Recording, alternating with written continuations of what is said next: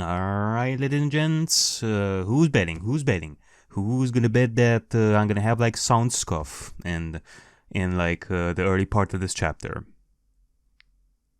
I bet that everyone is gonna bet that I'm gonna have like sound scuff. Oh, I hope not.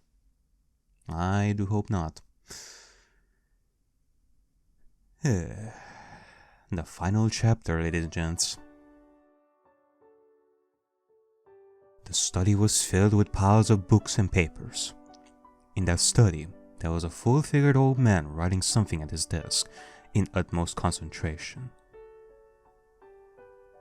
There was also a little girl sorting out papers on the carpet. She almost looked as though she was playing with them, but the serious expression she was wearing made it clear that she wasn't. おじいちゃん、資料の分けっこができたよ。ありがとう。さてさて、どういう結果になったかな？ It's Takano and her grandfather. 同じ症例の人がこれだけ集まった。全国平均と比べても明らかに異常なくらい。やはりな。Okay, so I'm actually gonna stop right here and talk about something, because this is something that somebody brought up as a reminder and all that, because of some stuff that I said throughout the story and given what we learned about the Hinamizawa syndrome and all. So remember when I was theorizing that yes, if Rika dies under these very special circumstances, the way Takano wanted, like in front of the shrine, with her guts spilled out, the village would be destroyed. Everybody would lose their marbles seeing Rika, like all dead. And somebody would be like, oh my god, Rika is dead! And that person that was already in like higher stage would end up murdering somebody. And then that other person would enter in panic and would murder like somebody else. And it would create like a chain reaction that would spread throughout the village because of this. Well, it was kind of what I theorized. Apparently it is different, what with the Queen Carrier thing, because the way that the Queen Carrier theory was described, it said that if Rika dies, everybody in the village infected would be going bonkers. But I think that with that description, it happens no matter what. So how come it didn't happen when chapter 2 and 5 happened, when Rika died like secretly and all that? Because that's why I said like you would create like a chain reaction, but the way the Queen Carrier theory was theorized, it should happen no matter what, even in chapter 2 and 5, even if she died like off screen. How come it didn't happen? But then it kind of made me think, is it really true that something like that would happen? I mean, there's like no way for you to test it out. Like only once you could test it out. Like when Rika dies, once.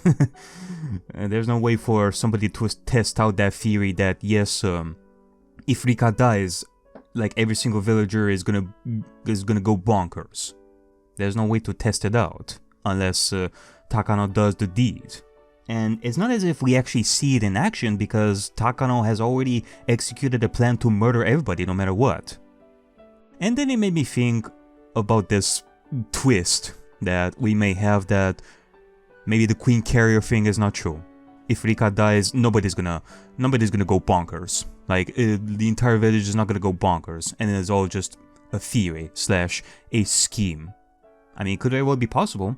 It could very well be that because of Takano, or because of a grandpa right over here, that it was just a fake theory to make the excuse to destroy the village. Takano used this theory, even if it's a wrong one, in order to create the excuse to kill everybody. That, hey, these people are gonna go bonkers and it's gonna make things much worse. We have to kill them ourselves. We don't have much of a choice.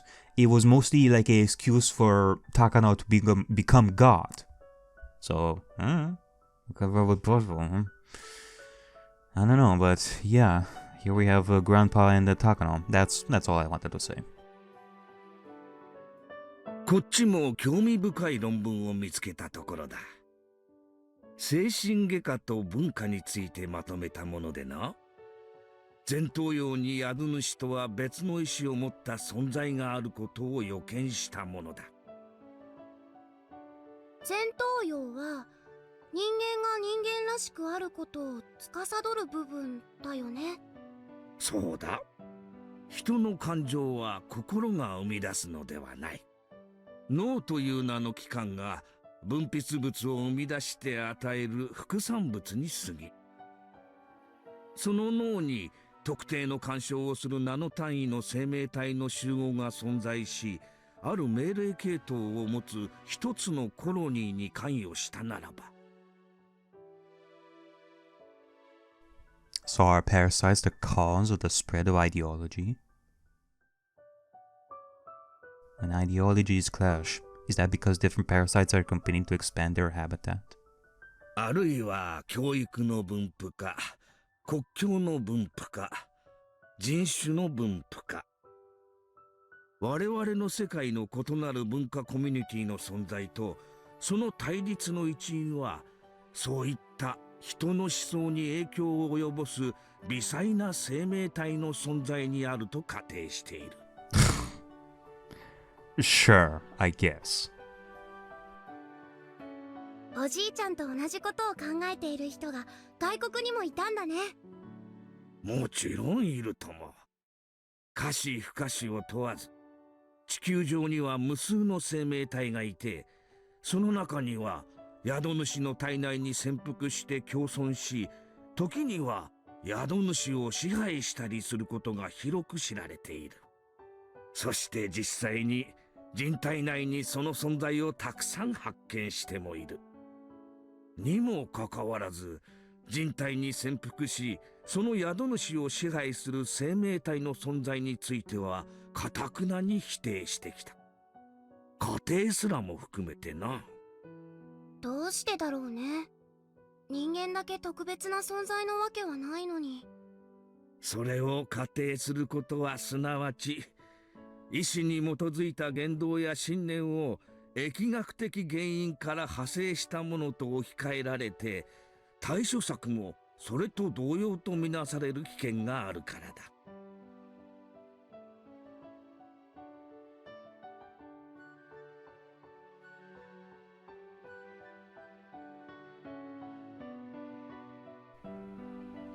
Can't say that I know why these lines are not voiced. I guess it's some added stuff, I guess. I'm just gonna let it as is. I don't feel like voicing this stuff.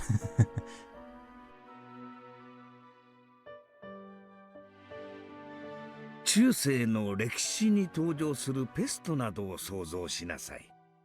悪い伝染病が大流行する。その患者を強制的に入院させ、完治するまで退院させない。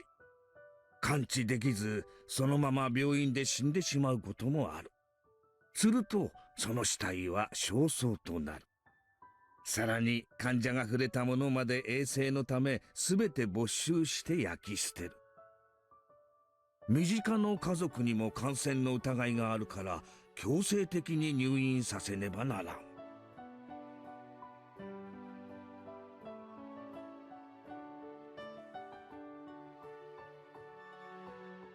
思想を病気と置き換えなさい。完治するまで退院させない。触れたものは感染の疑いがあるから全て焼き捨てる。家族にも感染の疑いがあるから強制入院。でも思想なんて個人の自由なんでしょ。ペストとは違う。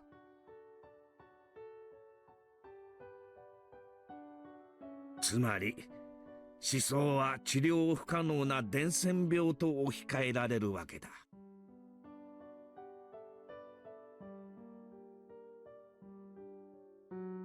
そういうことだ。この考えを延長すると、無差別、そして無秩序な大量虐殺が起こる。そうすると、人類は大規模な粛清を肯定してしまう論調になりかねん。だから、脳内で宿主を支配する生命体を語ることは今の時代ではタブーになっているのだ。タブーって？触れてはならない、考えてもならないということだな。だから誰も研究せん。いや、それどころか脳内に侵入し影響を及ぼす存在がいると考えることすら忘れられている。万物の長たる霊長類を支配する未知の生命体などいるはずがないと頭から決めつけている。なんだかお粗末な話。いないことの証明なんて悪魔の証明。絶対に不可能なのに。その通り。悪魔がいることを証明することはたやすい。悪魔を連れてくればいいのだからな。だが、いないことを証明することはできん。Devil's proof. いないを連れてくることなどできんのだからな。なんだか脳を支配する生命体が自分たちの存在を秘密にするためにその宿主の人間たちを操っているみたい。Me and my grandfather shared a happy life together. 人間も自然界の生き物の一つに過ぎん。Yeah, I'm gonna be honest right over here, folks. Like, the way Grandpa right over here theorizes this whole stuff about parasites, like, I can believe the Hinamizawa syndrome specifically in that very specific circumstance of the village existing. But otherwise, I think that we are exaggerating right over here about parasites, like, controlling humans to such a degree, even in the Black Plague or in general. That we are being controlled by parasites no matter what. I see it as a bunch of doohickey right over here. So I don't think I want to touch that kind of subject, to be quite honest. 食物連鎖の頂点にいるだけで、それをもって神格化された存在であると思い込むなど愚かしいことなのだ。人とてあらゆる微生物やウイルスに支配されうるのだ。その存在が今日まで発見されていないからといって、それをもって存在しないという証拠にはならん。絶対に存在する。必ず存在するのだ。科学の世界にもたくさん存在が仮定されていて、そのずっと未来にそれが証明されたものがあるんだもんね。そうだ。それらの仮定をした科学者が全て生きているうちに評価を受けられたわけではない。I mean, might as well replace parasites with demons and witches, that they are the ones controlling humans in these circumstances. 世まいごとだと呆れられ、その正しさを証明できなかった科学者も大勢いたのだ。でもおじいちゃんは生きているうちに証明されるといいね。じゃなかったらおじいちゃんがかわいそう。大丈夫だよ。神様は努力する者を見捨てたりはしない。努力は必ずいつか結実するのだ。いつかってそれはいつ？神がいつ降臨されるのかは誰も知らない。それは例えるなら泥棒がいつ訪れるのかわからないように。だから予期せずしてその時を迎えて、不信心であったことに歯ぎしりすることがないよう常に目を覚ましていなさい。That was something that my grandfather said all the time. Nobody knows when efforts will bear fruit, but it will happen one day. That's why you must always work hard, so you have no regrets when the time comes. Your efforts will bear fruit someday. That's what he meant. でもおじいちゃんが生きているうちに絶対に努力が実る？生きてるうちに認められなかった科学者がたくさんいるのに？ That was such a cruel thing to say. But I didn't mean to be cruel. I had seen how hard my grandfather had been working, and I also knew he wouldn't live forever. I just wanted his work to gain recognition before he died.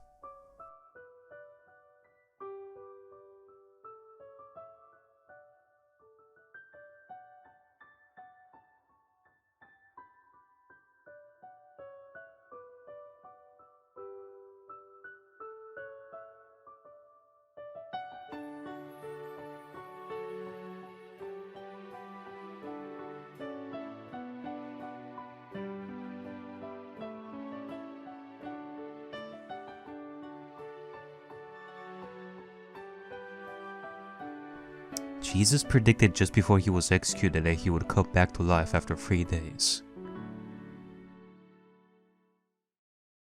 The sinners buried Jesus, sealed his tomb, and posted guards to watch over it. But what Jesus meant wasn't what he would resurrect physically. He meant his teachings would be resurrected. After 3 days, Jesus' teachings were resurrected, and people regained their belief. The hearts of those who wanted to be shown the proper way revived his teachings. That's what the resurrection of Jesus is all about. He came back to life in the hearts of his believers. Jesus doesn't exist physically on this earth, but he exists in people's hearts. In other words, that's when Jesus became an existence superior to humans. たとえ死後であっても正当な評価を受けられたなら、その偉業は必ずやよみがえる。その時私の体が朽ち果ててしまっていても、私の存在はよみがえって評価を受けるのだ。それはおじいちゃんが神様になったということ？そうだよ。Ah, I see. I see where it all begins with Takano and all that. Now granted, like, Takano still seemed to be the kind of person that has lost her marbles and sees herself as God. But I guess you could say that it all started from her love for her grandfather. And, you know, with the proof of Hinamizawa syndrome existing and like proving it with the disaster that happened, that would mean the resurrection of her grandfather. In a way. I guess. Like the resurrection of her grandfather and his beliefs.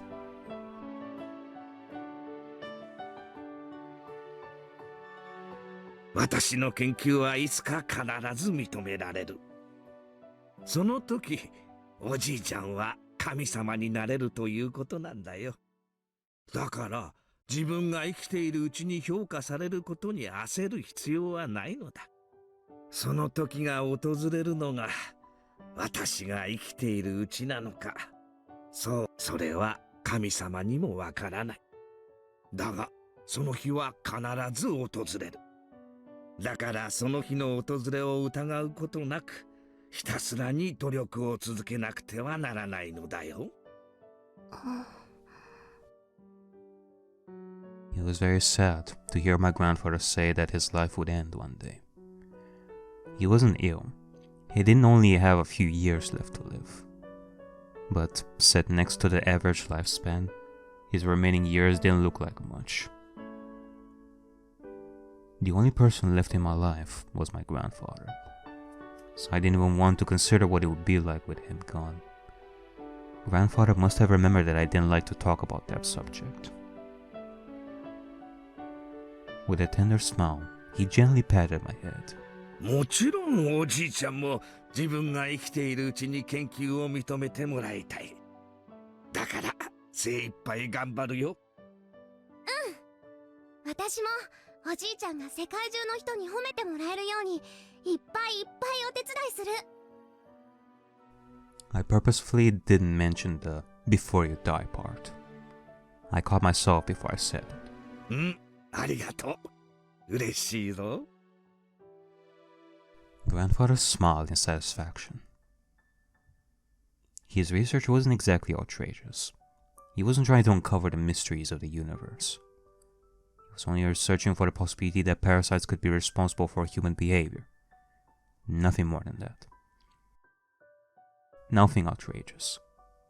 Like, to continue, like, the topic that I was, like, the topic from before, because I feel like I left it, like, vaguely and all that. I could believe that parasites could come into the human body and affect it in abnormal ways, the way we've seen throughout the story. I just don't think that it would affect, like, the human body in general when it comes to the changes of ideas and all that. That sounds kind of bad. Like,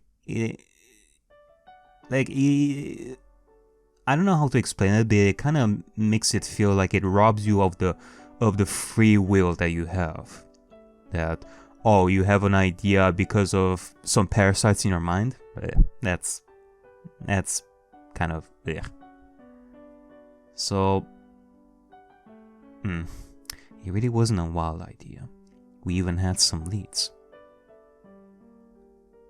Hinamizawa village, Shishibone City, XX Prefecture. The villagers there are possessed by a powerful homesickness. When they are unable to return, they allegedly behave abnormally, as if they are cursed. There are also some bizarre rules in place in the village, based on their belief system. When he was working with the military during the war, my grandfather noticed similarities between the people in Hinamizawa, and assumed that some kind of existence was responsible for their odd behavior. He'd been researching it ever since then. In the middle of the 20th century, numerous strange diseases were discovered all over Japan. Most of them were caused by infectious parasites, and people started to pay attention to this forgotten field of study. Grandfather's research was simply one of those investigations into such diseases. Okay, I'm gonna assume that this is after the 1950s. Therefore, he believed it would be published amongst other research and attain recognition soon. Like, definitely after the war. But if his research didn't bear fruit before his death, I wanted to continue it. I wanted to continue his research. And she definitely continued. Because at this point, I'm starting to think that if it isn't for Takano, the Hinamizawa syndrome wouldn't have been researched anymore. It wouldn't have been a topic, like for Tokyo and all that. It kind of makes me think, because I don't think that Takano's age was ever told. Nor do I remember ever being told, like, the age. She's definitely, like, above 30 for me. Unless it's 20, I don't know, anime with people's ages and all that, but I'm gonna assume it's 30, so it would make sense it's in the, like, this is in the 50s maybe. Grandfather taught me, resurrection isn't something that happens physically. It's when your life's work is appreciated. That's what he meant by resurrection. That's when he'll become a god. So when my grandfather dies, he'll still be with me forever. I mean, you know, it's that same kind of ideology. When does a person die? Yeah, it's not in a physical sense, but it is when the name itself will be forgotten through history. Like, if you are talked about and your theories like long past your life, then it doesn't mean complete death. The Hinamizawa disaster is surely going to be talked about for many decades. It will be in the history of Japan. For centuries even, so it will surely be talked about people. It will surely be appreciated by some people, that's for sure, so yeah. I guess you could say that Takano's like hard work has paid off. Even if it's a disgusting kind of thing. I won't have to be alone ever again. I will always be with my grandpa. Our works will gain recognition, and we will both become gods, gaining eternal peace. Yeah, there you go. So, both of them are gonna become gods. Takano succeeds in her plan, she becomes god alongside her grandpa, and they're gonna be reunited. Like, Like that. I will make my grandfather into a god. I will become a god. Therefore, we will be granted eternity. We will be together forever and ever. Alright, well. Now I fully understand Takano's motives. We have finally learned Takano's motives through this. I was looking at the key on a keychain. The key was labeled hen house. But the lock Ariakey was trying to open didn't belong to that door. She let it open effortlessly. At least, that's what was supposed to happen. But it didn't open. I noticed beads of sweat forming on Ariakey's forehead. She was the one who came up with this idea. Ariakey was starting to panic. The rest of us started to panic too.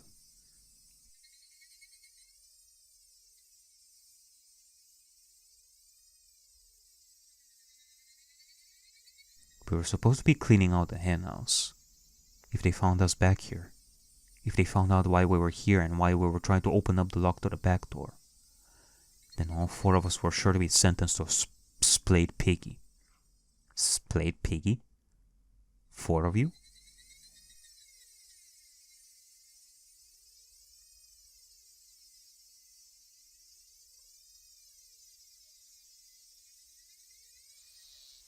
She was almost shrieking. Our hearts were pounding loudly. It was as though the sound of our heartbeats was echoing throughout the hallway. And at that point, we heard footsteps that didn't belong to a child.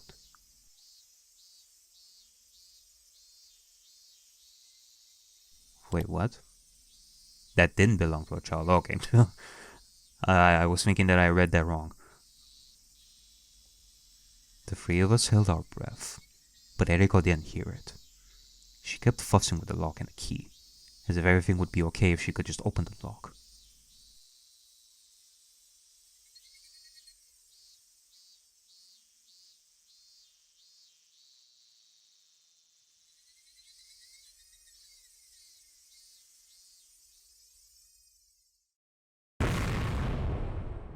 Huh.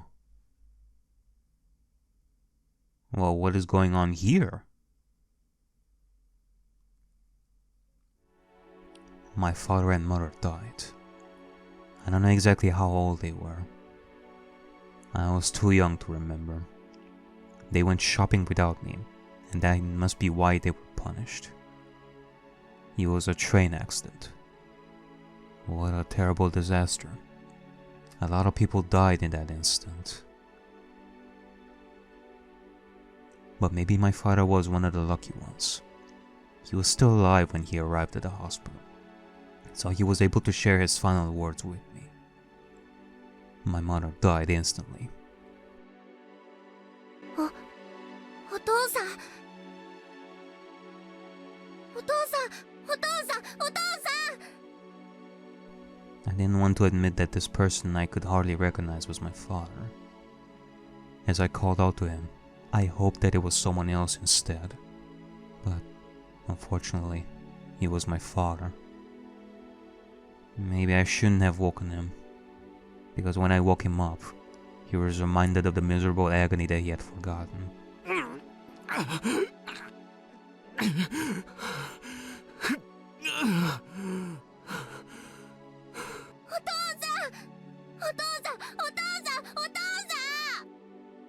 He tried to move his right arm, so he could pat my head, but his arm was wrapped in bandages, and his hand was no longer there. I couldn't find his hand anywhere on the bed. I only had scary memories of his right hand. Its main job was to slap me when I did something bad, but I never wished it to be gone. Besides, that hand also patted my head, even though that only happened a few times. It was a big warm hand, and it stroked my head very gently. But no matter what good deeds I did, he could no longer rub my head. No, his hand was the least of his worries. He had to go into emergency surgery.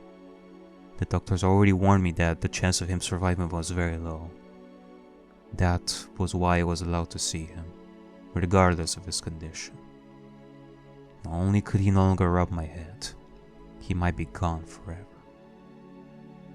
お父さん、手術できっと良くなるよね。お父さんきっと元気になれるよね。なれるよね。よく聞きなさい。お父さんはダメかもしれない。もしもお父さんが死んでも、お前はしっかり生きるんだよ。嫌だ、お父さんは元気になるよ。お医者様がちゃんと手術してくれるもん。だから死んだりなんかしないんだよ。He was a stubborn and old-fashioned father. He believed endurance was a virtue, and he never complained about anything. That was why I couldn't believe he actually said he might not make it. I tried desperately to deny his words, but even that wish wouldn't prolong his life. My father, knowing his time was limited, tried to tell me some important things, but I interrupted his efforts by crying like a baby. I just wanted him to slap me, just like he used to do every time I cried like a baby. But he would never slap me again. よく聞きなさい。お父さんもお母さんも親類というものがいない。だからお父さんが死んだら、お前の世話をしてくれる人は誰もいない。He didn't need to tell me that.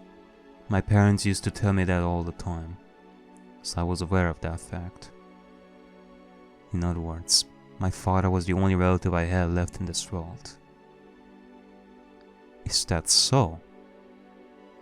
Unless, whether it is proven that there is one single family left alive and they are not aware of, which would be Hifumi, or I guess this would tell you that Takano is a adoptive daughter of Hifumi, that Hifumi took care of Takano, like after the parents' death.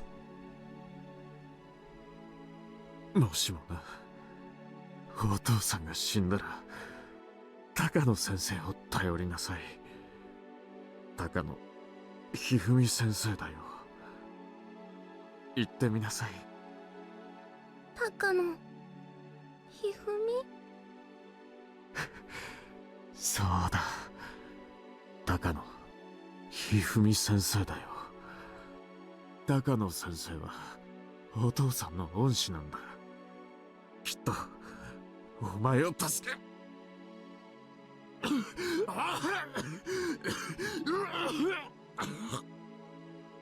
さん、お父さん、お父さん、お父さん。 Many doctors came into the room in a hurry. He wanted to tell me something else, but the doctor stopped him from talking, so I wasn't able to hear him. I was kicked out of the room. I didn't know what to do. Nobody told me how my father was doing or when the surgery was going to start. And nobody told me that was going to be the last conversation I ever had with my father.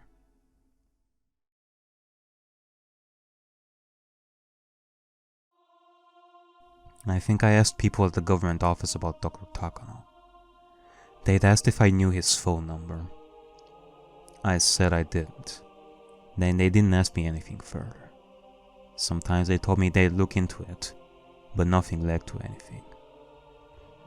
They couldn't find me a guardian, so I ended up going to an orphanage. At the time, there were plenty of orphans from the war, so although there were many orphanages around, they were all full. There were also some orphanages run by civilians. I was sent to one of those civilian orphanages. There was no proof to be had in taking in an orphan in the first place. So I thought those civilians who were running orphanages must have been very good people. I was sure they hoped that the children would grow in this loving environment and enter into society with a sense of gratitude. Oh boy. But the reality isn't so kind. How many children in this world can actually express their gratitude towards their parents in the first place? Children are supposed to be nurtured by their parents' love. Therefore, when that environment is destroyed, their hearts are wounded. Every child has his or her own personality. Receiving affection doesn't guarantee that the child will become someone angelic. Not everyone's heart can be healed. That was why there were some problem kids at the orphanage. Maybe I shouldn't call them problem kids though. The sadness and despair of losing their parents, and the anger at having to hide such feelings filled those kids' hearts. Spending time individually with the children could have solved their problems, but at the orphanage where I was, none of the staff members even tried to spend time with them or put in an effort to understand them. All they could do was make sure that the kids followed the rules. Therefore, they could only see the children's emotional pleas for help as problems. In this world, nobody expresses love without expecting something in return. The person who founded that orphanage was expecting something in return as well. He wanted the children to appreciate him. That was why such a faint dream was destroyed by cruel reality. The children called the orphanage a prison, and nobody appreciated the staff at all. In fact, all they did was complain. That made the staff slowly realize that love alone couldn't run a facility like that. Just like how the children call it a prison, the staff start to recognize the facility as a prison too. It was a chain reaction resulting from mistrust on both sides.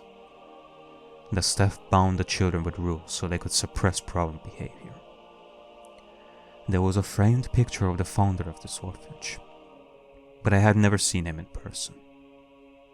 Was he satisfied with the fact that he put his own money into this social service?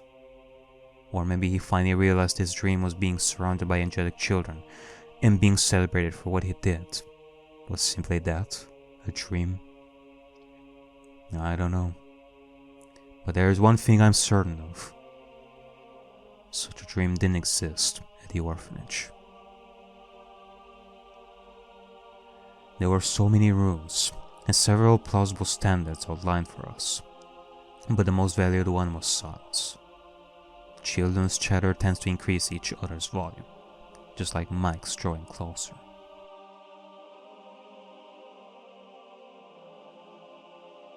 And sometimes that leads to fights and the disturbance of order.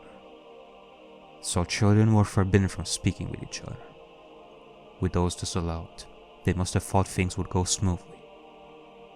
However, I think I always heard people's voices at the orphanage. There were two kinds of voices. One was the staff yelling, and the other was the children crying. We were not allowed to walk around inside of the orphanage freely, so we never knew who it was that was crying. One time, along with the crying and yelling, we heard the noise of metallic things being smashed against each other. We knew it was some kind of punishment, but there was no way for us to even imagine what it was. We trembled, pretended we didn't hear anything, and kept working on our silence. One of my roommates told me it was the casket punishment, but she didn't tell me any further, and I didn't want to know either. Neither do I. Even if we behaved exactly the same way as yesterday, if the staff were in a bad mood, they may pick on us. So, even if I didn't want to know, I might suddenly find out what the casket punishment is one day. The footsteps of a staff member were getting closer. We noticed them, so we straightened our backs and pretended we were studying hard. It was more important that the staff saw us doing so than us actually getting any work done.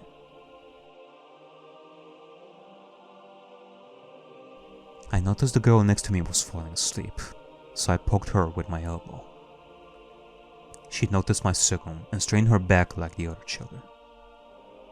It was almost evening, and this was the hardest time for us to keep ourselves awake, and the most dangerous time. The door to our room opened, and a mean-looking man showed up. Then he looked around to make sure none of us were falling asleep. Even if we were actually studying hard, if he thought we were asleep, we were out.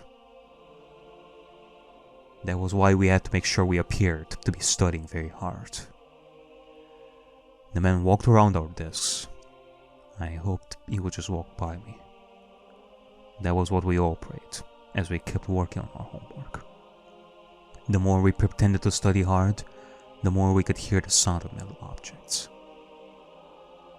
The sound of metal objects crashing into each other, along with screams. We couldn't even imagine what the poor subject of this punishment was going through. Maybe there was something even worse than the casket punishment. To erase such fears, we tried to concentrate even harder on our work. We kept working, as the metal sounds and the screams went on forever. Jesus. Oh boy. The only time we were allowed to exchange words with our roommates was right after turning the lights off to go to bed. Being located in the middle of the mountains, the orphanage was very quiet at night. After making sure the staff members were far enough from our room, we enjoyed talking amongst ourselves. That was the only leisure time allowed to us. Though it wasn't anything nice, like enjoying pleasant conversations. Why? Because we mostly talked about others behind their backs. We spoke of things like, that member of staff is only strict or unfair or malicious towards this person, and so on. We just repeated those topics forever, until someone couldn't keep themselves awake anymore. We even discussed how we could get back at the staff, and we took a revenge on all of them in our imagination. Some kids even started to cry when talking about it, difficult as it was for us.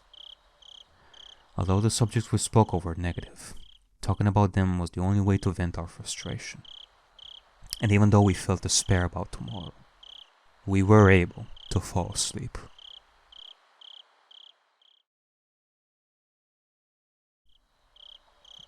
Okay, I'm gonna take a tiny bit of a break right over here so that I can do the usual that I do at the beginning of a chapter, which would be like sound balancing.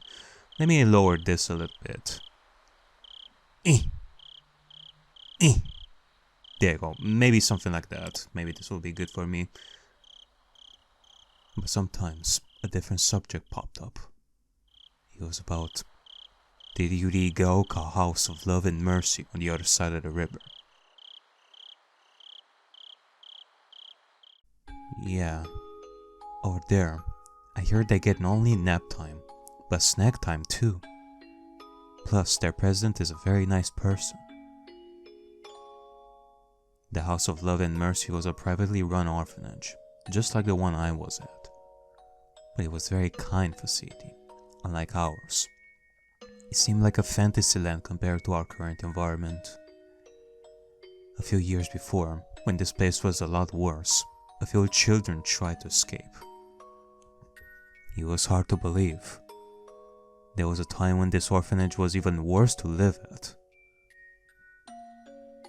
Supposedly, 3 or 4 people tried to escape. I don't know the exact number, though. They headed to the House of Love and Mercy. Their escape was a success. Except for one unlucky child. They were able to get to the property of the House of Love and Mercy. I guess the staff couldn't follow them into the other orphanage's property. In other words, the other facility's property had to be out of their jurisdiction. The staff were frustrated that kids got away from them, and they dragged the one they caught back here. I'm sure they wanted to bring back the others who got away from them too. I'm certain the staff were determined not to let a single one escape. It was easy to see that determination in the obstinate way they locked the place up after that event. But they were never able to bring back the other ones that got away. No matter how much the staff were mortified, they couldn't reclaim the children and punish them. In other words, if you could make it to the House of Love and Mercy, then you could escape the evil clutches of this hell. On the other hand, the one they caught went through such misery afterwards. Yet the exact details of how he was punished were never passed down. All that remained were ominous phrases left by those who knew him at the time. The drowned ducky, the mashed caterpillar, the splayed piggy. I can't even imagine what kind of punishments they were. The only thing I can say is that those punishments were supposed to be far more harsh than the casket punishment, which was the most cruel punishment I knew at the time. I can only imagine how horrible those punishments were from their ominous names. After that, the captured kid's wish came true, and he was able to leave the orphanage. Was he able to leave this orphanage safely and enjoy his freedom while breathing in fresh air under the blue sky?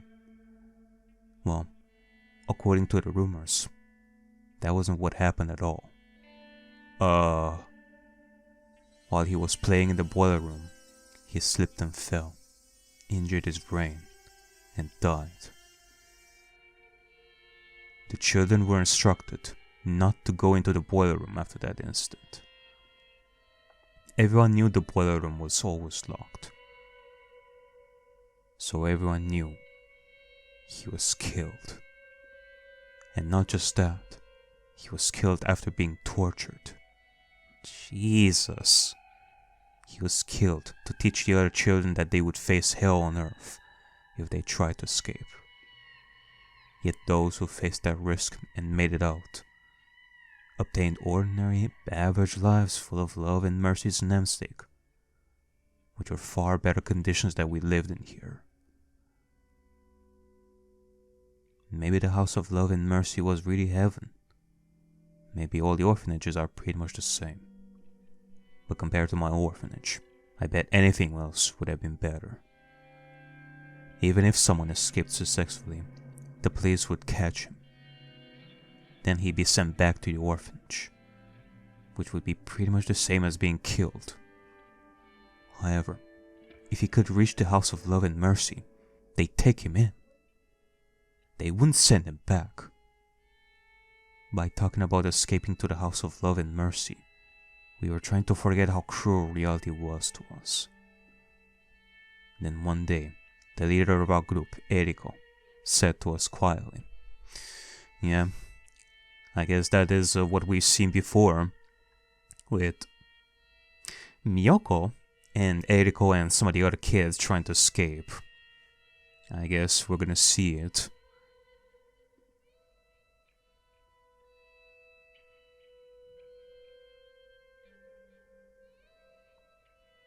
Yeah, might as well voice this. Would you try to escape if you had a chance to? I guess once in a while, it seems that this is going to be a special case where once in a while, there are going to be some non-voiced stuff for some reason. I don't know why. Who didn't want to escape from here? It was a rather foolish question. But that wasn't what she meant. If there was a chance to escape, would you take that chance, knowing what you had to go through if you got caught? That was what she meant. Not one of us could answer immediately. If the previous escape incident was a total success, then we might have fought differently. But after that, the orphanage had tightened up security to prevent runaways. All the doors and windows were locked heavily, and it won't be at all easy to get out. Even if another group escape was planned, the success rate would be very low. 3 escaped and 1 was caught before. Maybe 2 would be caught next time. No, maybe everyone would be.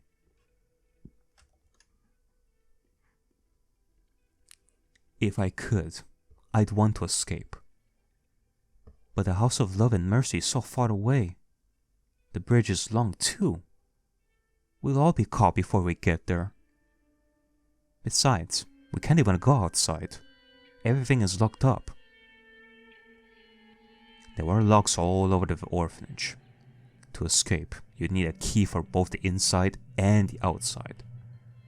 And after the lights were turned off, even each section of the hallway was individually locked. Make no mistake, this was a prison. According to the rumors, orphanages receive government funding depending on the number of children they house. So if anyone escapes, they lose money. Also, if we were to expose the conditions at the orphanage, they would end up being inspected, and things would get complicated for them. That was why they were so intent on keeping us locked up. Yeah. I do hope that one day, this quote-unquote orphanage is gonna get inspected, and it's gonna close. And the people that work here are gonna get punished severely. Maybe a little bit of played piggy for them, whatever that means. Sure, if there was a chance, I would want to escape. But realistically, there's no way we could. Every door is locked. Well, did you know? The hen house in the courtyard uses the same key as the door to the back stairs. Eh? Really? Shh! Eriko shushed us. Sometimes mass-produced locks take the same key. Of course, most places use different types of keys so that this won't happen. But the staff at the orphanage must have overlooked it. So there were 2 locks that used the same key at the orphanage. However, most of us never had a chance to even touch the keys. But there were a few exceptions. One of those was the hen house. Each room group took turns taking care of different chores. If your group was assigned to clean the hen house, you have to get the key to it from the teacher's office. You were supposed to return the key immediately after you were done. But while taking care of the hen house, the key was in the children's hands. While the staff would occasionally come around to check, they couldn't keep an eye on us forever.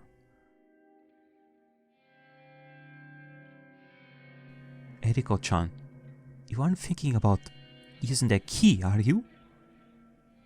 Let's not. It's too dangerous. Of course it's dangerous if there's only one of us.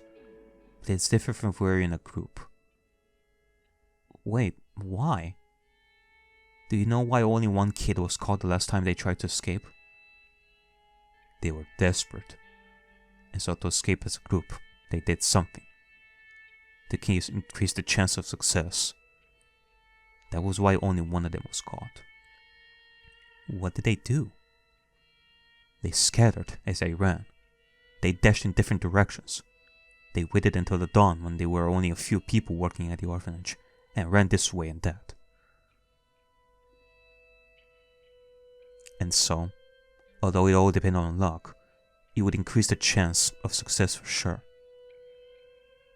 On your own, you probably have no hope, but if the staff were to chase after all other children, then your own chance of escaping successfully would increase. In other words, Erika was inviting us to escape with her. The more children joined, the more each of our chances would increase. But among us, there were children who would tattle to the staff for their own benefit. So she had to be very careful about who she talked to. Eriko must have trusted us a lot. Eriko, me, Tomomi, and Kikuko. 4 children. Am I to assume that Tomomi is a boy? And is it somebody that I know? And I guess if you don't realize what I'm thinking about here, folks, like I wonder if Tomomi is actually Tomitake. Maybe Takano and Tomitake knew since childhood, and he was from the orphanage as well. Do any of you want to stay here a day longer? Hell, I wouldn't be surprised if one of them is Irie as well. The three of us shook our heads, but at the same time, we couldn't agree to escape with her either. Of course, we don't want to stay here a day longer, or even an hour longer. Even if we did exactly the same thing as we did yesterday, we might get yelled at tomorrow. I can't stand this anymore. I can't stand living in fear of what to do and what not to do so I won't be yelled at. We all feel the same way. We could endure strict rules, but it was almost impossible to endure vague ones. It wasn't too much of a stretch to say that the rules depended on the mood of the staff. This is okay, and that isn't okay. Such borderline rules change daily, and if we were to say anything about that, we would be treated horribly for it. I will escape, even if I have to do it alone. Like I said, the more people that join, the better our chances. Think about it. If they find out about this henhouse key trick, they are sure to change the lock on the back door. In other words, we only have one chance. So even if you regret not joining in later, it will be too late. But... oh... I'm scared. I'm scared too. If we get caught, we'll be killed. Tomomi and Kikuko weren't the only ones who felt afraid. The fear was perfectly understandable, because all of a sudden, the fear of the punishment that would follow had become very realistic. I'm sure Ariakey felt the same way too, but her courage was suppressing her fear, and because of that, she shared her idea with us. So, do you plan to stay here forever? No way. I know you're scared, but this is the only choice we have. You have to be brave just this once. What about you, Miyoko? Don't you want to go with me? Unlike Tomomi and Kikuko, I wasn't trembling that much. Of course, I was scared in my own way, but compared to the other two, I must have appeared rather calm. Can we really escape? Of course, Ariakey couldn't guarantee our success, but I had to ask her anyway. There is no guarantee, but if you join me, I'll have a better chance of escaping than trying to run on my own. Of course, the same goes for you too. Ariakey gave a calculated reason. I'm sure she just wanted a friend to agree with her. That was probably more important to her than increasing her chances to escape. Tomomi, Kikuko, if you're too scared, then I won't force you. Miyoko and I will escape ourselves. 2 is enough. Well... Ariakey rushed the 2 to make up their minds. It almost looked cold, but that was her way of mustering their courage. Because it was very possible that, regardless of the outcome of our escape attempt, as our roommates, those 2 would be held responsible. It's not like we'll do it tomorrow. Our turn to take care of the henhouse is in a week. We'll wait for the perfect time to do it. If you don't feel that it's safe, then we'll wait until our next turn. We'll be very careful. The rotation of the staff and the timing were important, but we also each had to know the way of the house of love and mercy.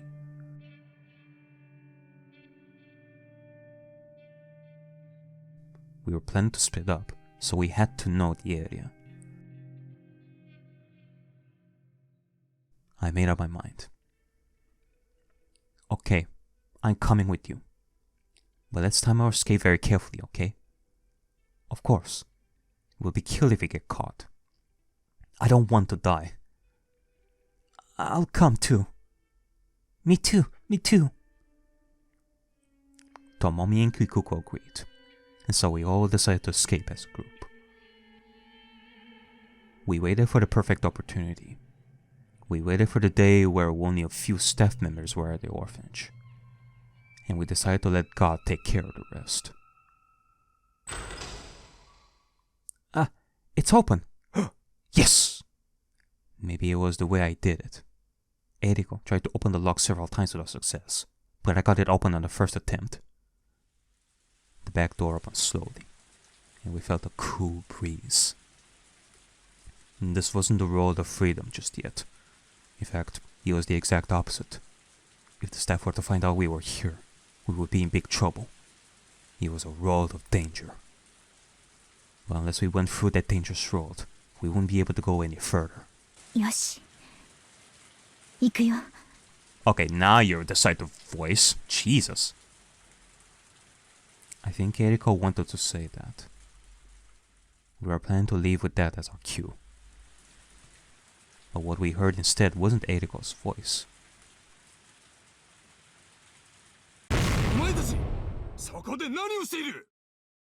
We started to run. It was raining. We all got soaked immediately, and our clothes stuck to our skin. While that would normally be very uncomfortable, we couldn't even stop to think about that. We could only keep running in the rain. We were dashing on the gravel, but it felt more like trudging through a muddy rice field. My feet kept sinking, and I couldn't pull them up. I was frustrated because no matter how fast I tried to run, I wasn't gaining any speed. I felt a sense of urgency. I heard someone yelling, "Escape!" behind me, and all I could do was run like crazy.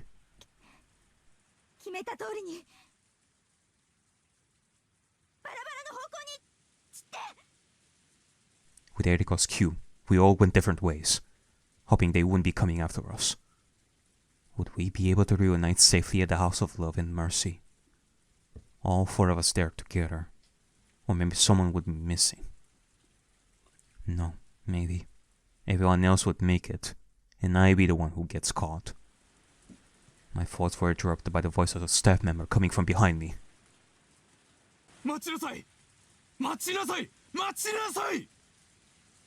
And the staff members should have numbered fewer than us. So if I was lucky, they wouldn't be coming after me.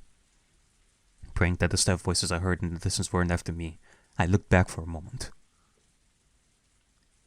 If I had time to turn around, why didn't I take another step forward? Why didn't I try to escape further? As I turned around, I felt a huge hand cover my face. Oh no! Its pinky finger slipped into my open mouth. The hand grabbing my face shoved me into the muddy gravel. Of course, I didn't stay quiet. I fought back, and then I saw his face. It was the scariest face I'd ever seen. I realized it immediately. He only wanted to capture me alive to use me as an example. And considering what would happen to me afterwards, killing me here on the spot wouldn't pose any problem, would it? Yes, he looked at me with unworldly hate, ready to end my life here and now. His pinky finger ended up touching my tongue. The indescribably nasty taste sent an icky feeling through my whole body. That's it. This is what my murder tastes like. He was going to shove that finger down my windpipe and suffocate me. And so, in order to live, I fought back in the only way I could.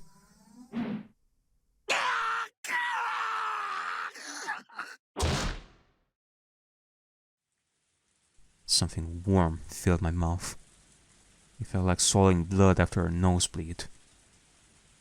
I spit it from my mouth and ran without turning around, leaving behind the staff member clutching his pinky finger. That's right. Go!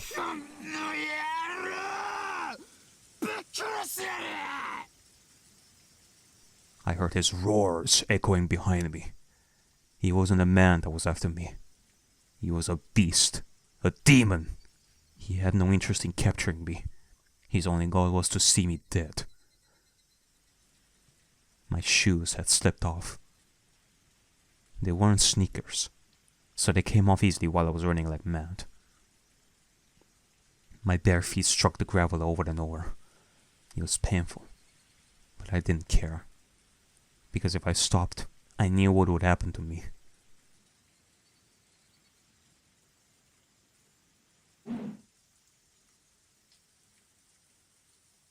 Three branches cut my face, and barbed wire scratched my thighs. My feet and toes were bloody from running on gravel. The blood from the staff member's pinky finger dripped down from my mouth, staining my chin and chest.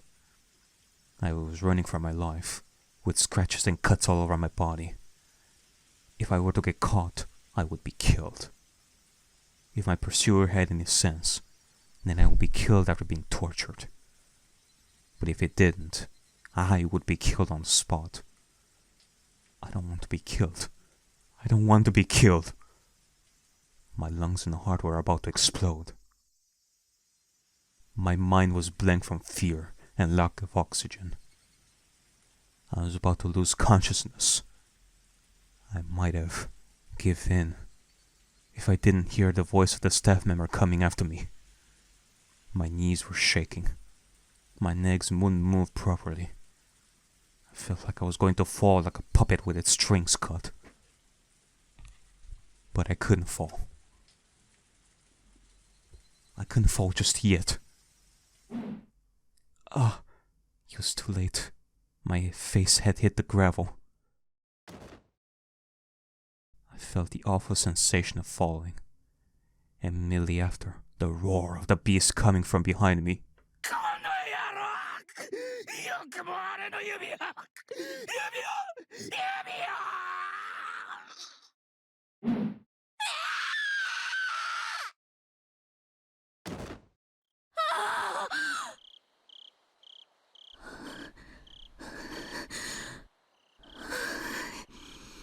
Jesus. I must have hit my thigh against the steering wheel when I jumped. I can feel the throbbing pain, delayed slightly. Okay, well, honestly, I did not expect to come back to present Takano. I assumed that it's present Takano. I thought they were going to be having a long backstory right over here that will continue for a while, but apparently not. Well, I'm thinking that we're gonna be resuming like present Takano, and we're gonna be coming back to her past like a little bit later, I guess. I'm sweating all over. I wiped the sweat on my forehead and put my hand on my chest, only then realizing how fast my heart was beating. I rubbed my thigh. I rubbed it in a straight line. And that's not where I hit the steering wheel, but I feel like this is where it hurts. I can't see a scary beast in a moonlit car. I have my shoes on, and I'm not covered in blood. My toes are fine too. Someone knocked on the window, startling me. Sansa, 時間です。ありがとう。 I wanted to take a nap, so I told him to come wake me up in an hour. Maybe an hour was too long. Too long a nap actually makes you tired. I put my seat back up and got out of the car. The cool breeze feels good on my skin. I only see the moon. There's nothing else to see on this mountain trail. My car and a command vehicle disguised as a trailer are parked on the side of the street. I can still feel that bad taste in my mouth. I spat it out on the side of the street, but even that couldn't get rid of it. The taste of blood, saliva, and rain. Sweat from my forehead and raindrops got into my mouth, but I couldn't swallow, so I ended up drooling. That sensation around my lips brought back memories, and I tried to wipe my mouth.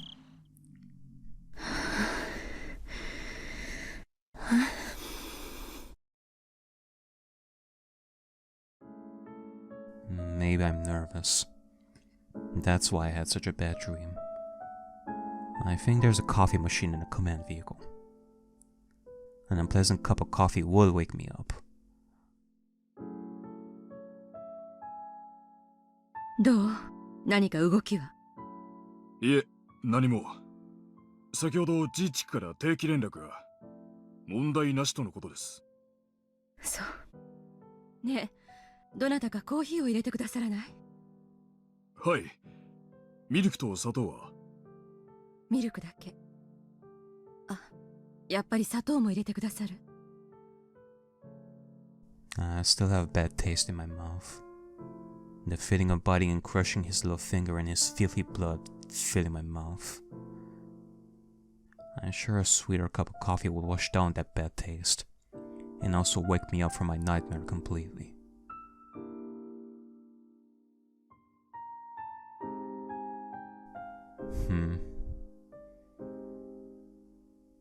Alrighty then.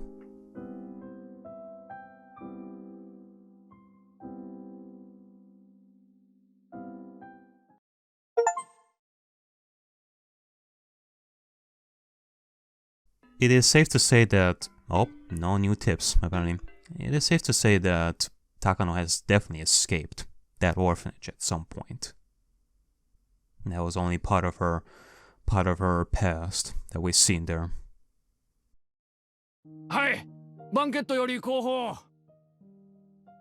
スピーチあと一人で乾杯に入ります。準備できてるね。後方 OK です。内部全然聞こえないんで、スピーチが終わるタイミングでコールをお願いします。いいかい。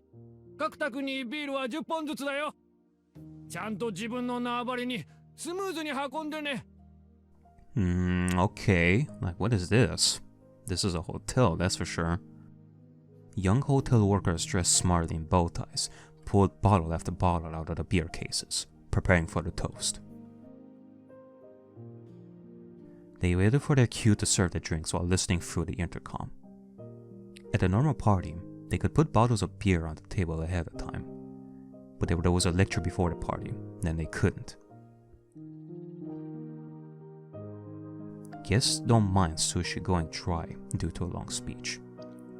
But they don't like seeing their tables get wet with condensation from the bottles of beer. And more than anything, they certainly don't want to drink warm beer. That's why beer has to be served right before a toast.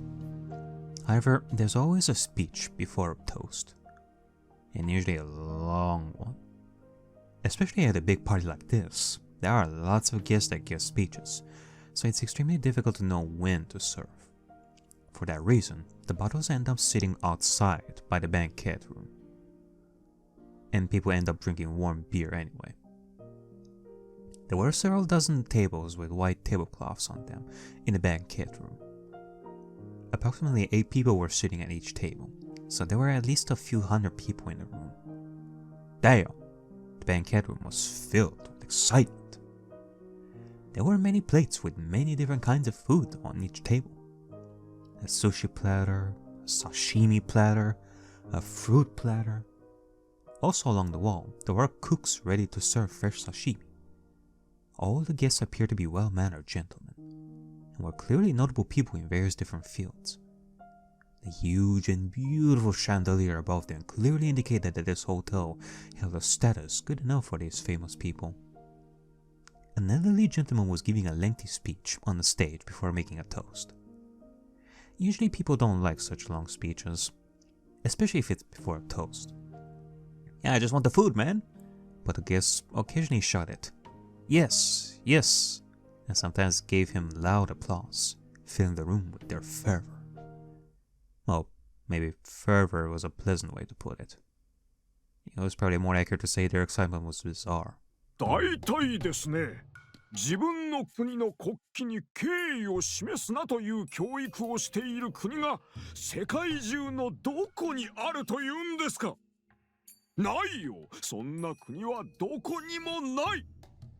日本だけなんです。そんなおかしい教育をしているのは。そうだそうだ。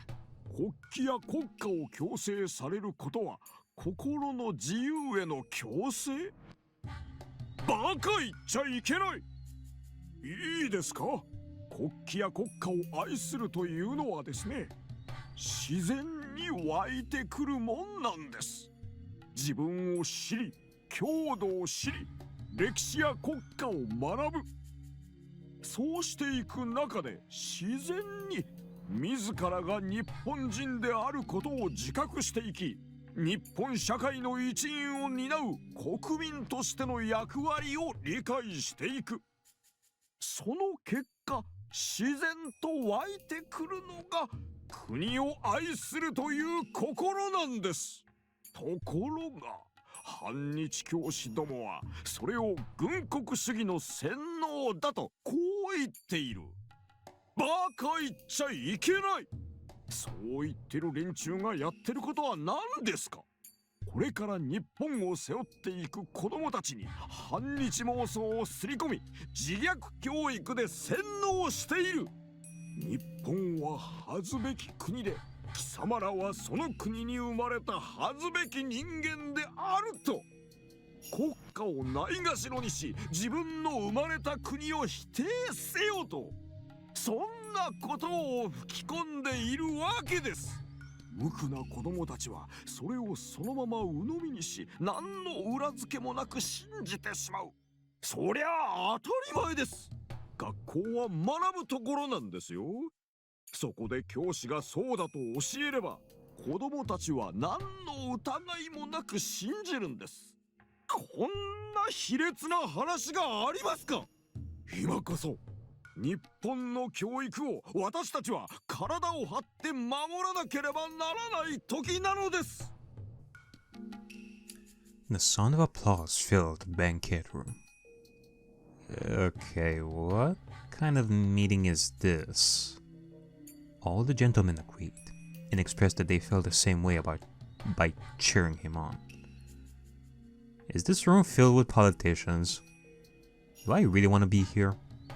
After that, a gentleman wearing a cloth slash approached the stage. The hall welcomed him onto the stage with another round of thunderous applause. A rousing theme from a popular drama series played as he took the stage, but it was entirely unnecessary before the overwhelming applause. The man's sash carried his name written in large letters, along with the name of the prefecture he was running for office in. 夕刻の同志丸山〇〇くんを皆さんにご紹介いたします。彼丸山くんは長年前知事の下で知事室長を務め、その懐刀として長いこと県政を支えてまいりました。この度前知事が高齢により勇退を決意され、その後任として指名されたのがここにいる丸山くんなのであります。私の県にも実に悔しいことに反日教師が何人もおります。教育の自由、心の自由などと歌いながら子供たちに反日教育をシャーシャーと強いている。正しい歴史を伝えず、連中お得意の捏造と歪曲で日本は悪かったの一点張り。大東亜共栄圏の真の意味やアジアを白人支配から解放しようとアジア各国のために血を流してくださった勇士たちのことは伝えようともしない。Oh boy. 戦前どれだけのアジアの国が白人植民地であったか。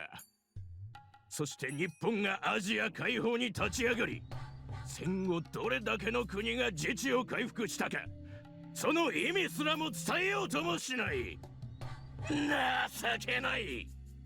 そんな連中が真剣に教育を考える教師たちの中に混じり込み、神聖な学者を汚し続けていることにはもう我慢がなりません。私丸山〇〇は県知事に就任し、県の教育を正し日本の将来を担うことができる健全な若者たちを育てることができる環境を取り戻すことで、彼丸山〇〇くんは来年の県知事選挙に立候補いたします。どうか皆さん、温かい応援とみなぎるお力で丸山丸々日本の教育を正してまいります。どうかよろしくお願いいたします。 Again, the banquet room filled with applause. The man was receiving a standing ovation. Okay, so when does this take place? Because something tells me that this is a little bit way past the 50s. It is long past the war era, so... I need to explain a bit about this banquet before you misunderstand. It wasn't the conference of a political association, or a lecture by a political candidate. It was hard to believe, but it was nothing more than a meeting of a college's alumni association. Really? Everyone should be familiar with what those are. Whether it's elementary school, junior high school, or college, once you graduate from one of those, you normally belong to an organization of alumni. You receive invitations for reunions where you enjoy talking about the good old days. However, there are many different types of such organizations. Some are simple, and some are united with much tighter bonds. And once an organization becomes united with those tight bonds, it's no longer a simple organization of alumni. Oh boy. Or rather, it becomes a significant faction known as an alma mater clique. I don't know if I said that right.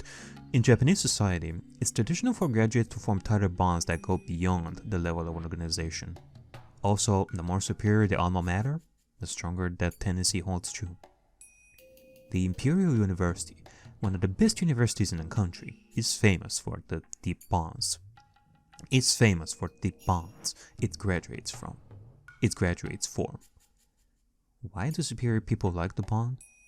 It may be because they take pride in being superior. But more than that, maintaining connections is the most significant reason. All Imperial University graduates are elites in their respective fields. They are likely to succeed and become important people. When they do, the unity of their alumni association gains immeasurable meaning. In fact, even today, the Imperial University graduates maintain their tight academic clique, and they hold great influence throughout many different fields. And I guess this meeting right over here is basically like an alumni organization, quote unquote, of people that graduated from politics, I guess. They interact with other universities as well, so the graduates' bonds are extremely tight, even today. Additionally, while Imperial University usually refers to the University of Tokyo, sometimes it's used to mean all 7 major universities in Japan. 7 major universities. They are located in Tokyo, Kyoto, Tohoku, Kyushu, Hokkaido, Osaka, and Nagoya. Is this actually true? Is this like a real thing where like 7 universities form like the Imperial University? They're all great schools. There happens to be an organization of alumni that includes all those 7 universities. The elderly gentlemen in this banquet room were each from one of those organizations. However, not every graduate would get an invitation here automatically. It is a society of select gentlemen, and in order to become a member, one must first fulfill several conditions, such as recommendation from an existing member, contribution to the society, position of status, and so forth.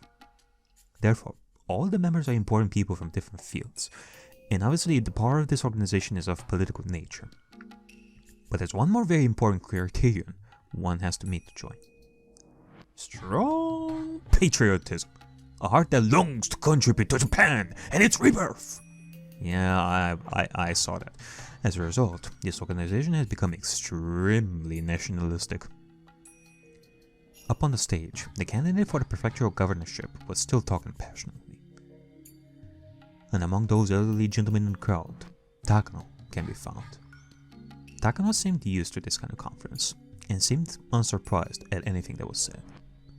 But at the same time, she looked rather fed up with it. As she was in attendance, she must have been one of their members, which meant she possessed not only an extremely excellent academic background, that the older gentleman here had acknowledged her equivalent contributions to society, and that she possessed strong patriotism.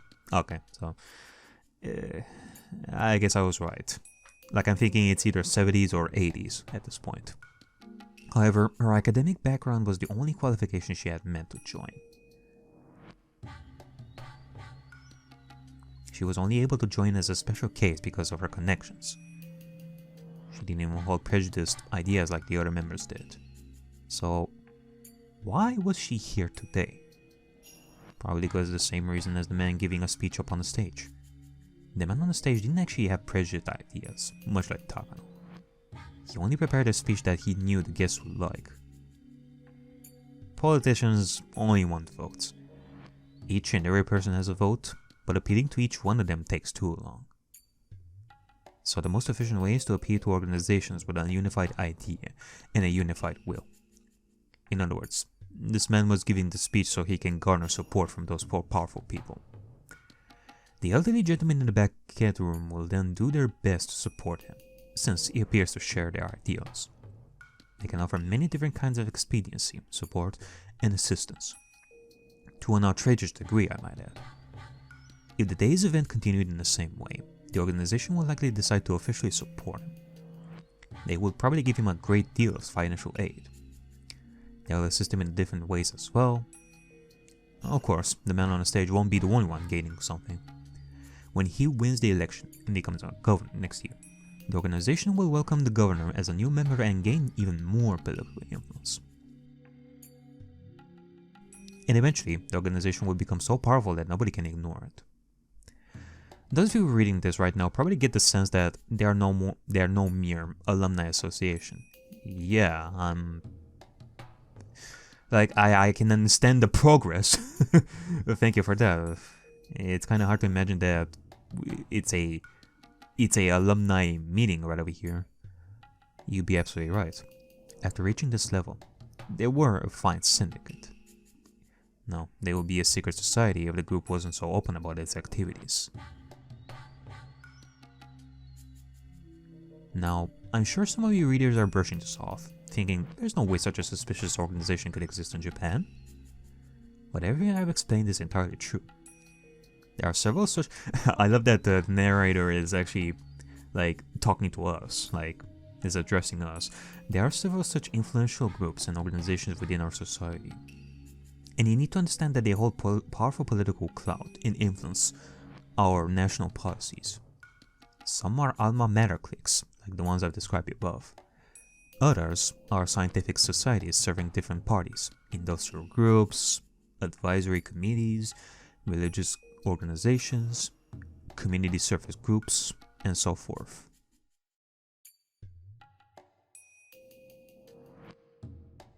Also, there are right wings and left wings, the hawk and the dove. I won't go listen their specific names here. Yet, you probably read them every now and then in your average newspaper. Well, I'm not Japanese, so I wouldn't know. Nor do I care much about politics, I guess. In Japan, the terms for such forces aren't very common. Most of you readers probably think of suspicious organization wearing white hoods when you hear the phrase secret society, and laugh it off. But unfortunately, that's a huge mistake.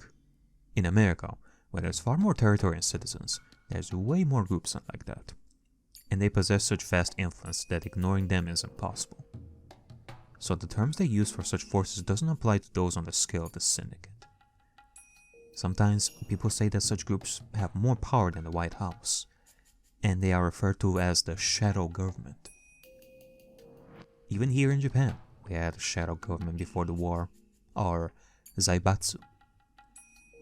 After we lost the war, the GHQ dismantled those blocks, but 40 years have passed since then. Oh. So we're really in the 80s, okay.